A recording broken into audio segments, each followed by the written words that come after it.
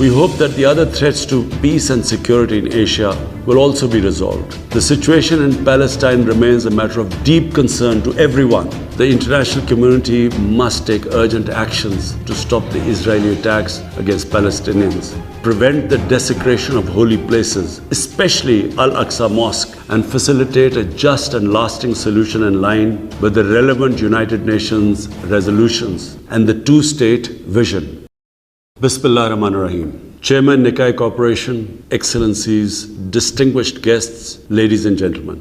I'm honored to speak to you at the 26th Conference on the Future of Asia. Asia is home to half of the world's population. Asia's future is the world's future.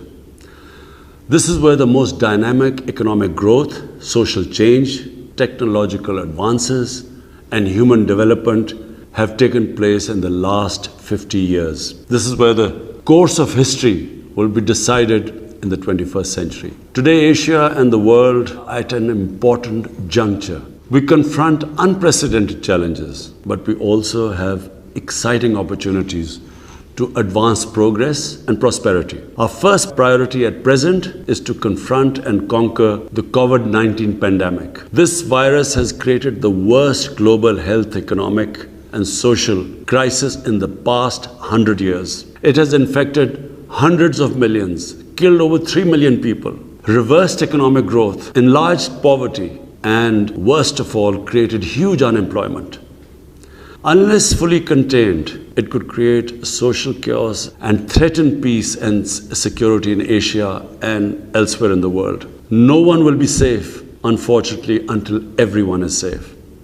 We must act collectively to ensure that the COVID vaccines are made available to everyone, everywhere, and as soon as possible. The vaccines supply and distribution must be immediately expanded. Patent rights waived. Production ramped up, including in the developing world, and the COVAX facility fully extended and funded. The virus has had the most severe impact on the poorest countries, but not just the poorest countries, the poor in all the countries. It is essential to provide low-income countries and others in financial distress with fiscal space and liquidity to respond to the impact of the pandemic and revive economic growth and preserve social stability. I had proposed a 5-point agenda for debt relief, SDR creation and reallocation, larger concessional finance, fulfillment of climate finance commitments, and an end to illicit financial flows from developing countries. I'm gratified that consensus is evolving on these essential actions already. I welcome the extension of G20's debt suspension initiative, the agreement to create $650 billion in new SDRs, to expend IDA funding, and to expand emergency support programs for the multilateral development banks. The recommendations of the FACT-I panel on illicit financial flows must also be implemented. To ensure rapid recovery, we in Asia and elsewhere must keep economies open, revive disrupted supply chains, and resist protection temptation. If Asian and other countries are to achieve the Sustainable Development Goals by 2030 and net zero carbon emissions by 2050, we will need to invest massively in new and sustainable infrastructure, energy, transportation, housing, agriculture, and industry. Both public and private investment should be mobilized to this end. The less developed countries must be helped to prepare a pipeline of sustainable infrastructure projects. To attract private investment, such projects will need to be de-risked through blended finance and investment guarantees and incentives. We must also continue to mobilize science and technology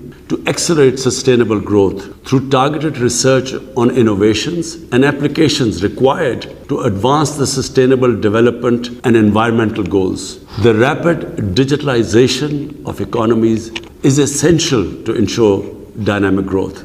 The digital divide between advanced economies, where 87% of people are online, and the poorest countries, where only 19% have internet access, must be bridged. Otherwise, the divergence in growth trajectory of advanced and developing economies will widen further. This will require expanded investment in digital hardware and software. Resilient and dynamic economic growth, particularly in Asia, depends significantly on greater integration and physical connectivity.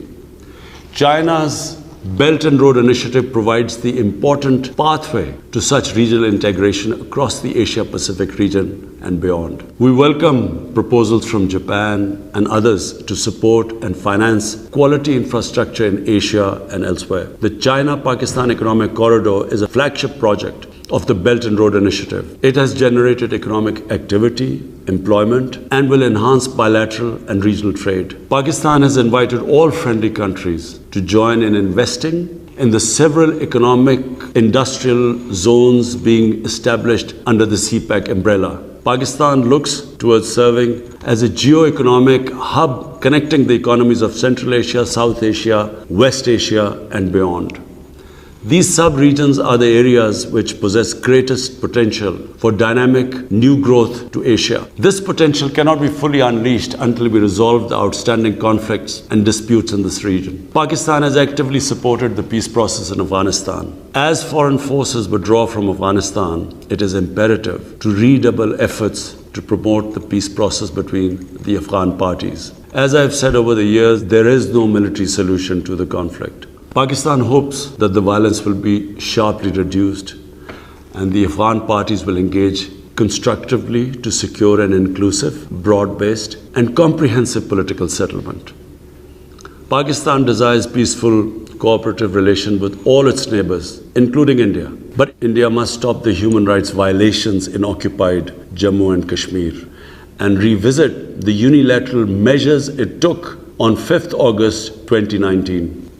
It is essential that an enabling environment is created for dialogue to peacefully resolve the Jammu and Kashmir dispute in accordance with the United Nations Security Council resolutions and the wishes of the people of Kashmir. We hope that the other threats to peace and security in Asia will also be resolved. The situation in Palestine remains a matter of deep concern to everyone. The international community must take urgent actions to stop the Israeli attacks against Palestinians, prevent the desecration of holy places, especially Al-Aqsa Mosque, and facilitate a just and lasting solution in line with the relevant United Nations resolutions and the two-state vision.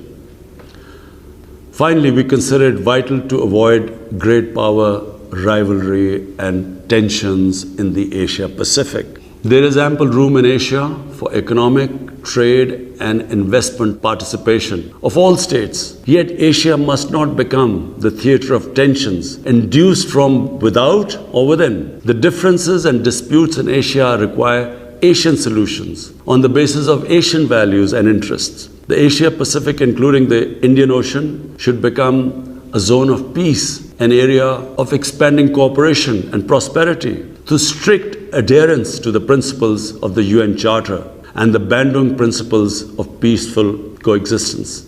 I thank you.